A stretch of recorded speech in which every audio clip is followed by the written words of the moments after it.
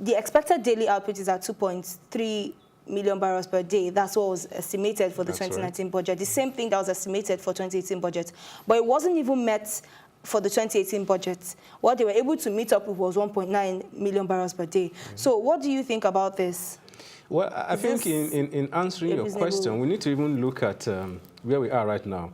OPEC has pegged Nigeria's daily production to 1.69%. Let's even say 1.7. What that essentially means, and this decision came out on the 7th of December? This month.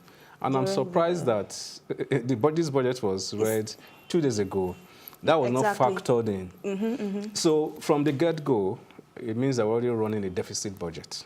If you go contrary to what OPEC has mandated you to, it means that you are breaking certain rules and understandings or conventions that you signed to. And if you don't want to play by their rule, it means that you have to do what Qatar did, exit OPEC. So these are the issues. But like you rightly pointed out, we didn't achieve 2.3 million barrels per day in 2018. Even 2017 was 2.1. We didn't even get close. So why do you think we are still trying to project achieving what we know we did not achieve without a plan implemented, especially with the fact that right now, as the agreement with the OPEC during their meeting on the 7th of December, it said Nigeria was supposed to reduce about 3-point-something% of their existing production. I will take you back to 2011. As at 2011, we're producing 3 million barrels per day. So the issue is not capacity. I even suspect that we are even achieving far more than the 2.1, 2.3 that is being bandied around. Because we did it in 2011. Yeah, there were issues boring around restiveness in the Niger Delta, but for a while now, the place has been peaceful and calm. Does it mean that our equipment are no longer there to drill and get the oil, or we don't have the necessary manpower? I think, I might be wrong, but I have some issues with the operations of the NNPC. The NNPC is very opaque and corrupt. You find out that to a very large extent, they can't even give account of some of these crude that I mean we're actually getting from us. So I think that's one area we need to look at. If as at 2011 we were getting up to 3 million barrels per day, and now there's so much peace in the Niger Delta region, even 65 billion has been budgeted for them. The amnesty program and all. So who should we put the blame on right now? Is there a problem with our regulatory body? I think this is where I agree with one of the presidential candidates of the forthcoming election.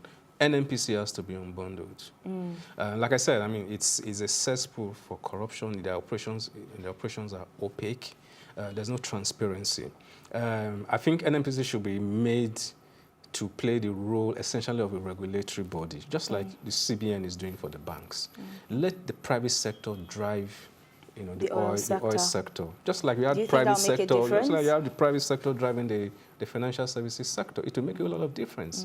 But just make the NNPC the regulatory body, like the central bank is doing for the financial services sector, especially the deposit money banks. And I think we'll see a lot of difference and growth in that area. But then do you think that the private sector individuals will be able to carry on the ways that NNPC is currently carrying? Would you have expected that the private sector will drive telecoms in Nigeria? When NITEL was to be unbundled, there was so much hue and cry about getting unbundling it. But look at where we are today. Our tele-density has improved. The quality of communication has improved. It has even gone beyond just talking. It has gone into even financial service transactions. There's so much you can do with your phone. Banking transactions. The only thing you can't do is to draw money from your device. So we shouldn't be afraid of taking certain bold steps and decisions. If it worked in the telecom sector, doing quite well in the banking sector, I don't see why oil and gas should. Like I said, the reason is because a few people are benefiting from our commonwealth, and they don't just want to let go.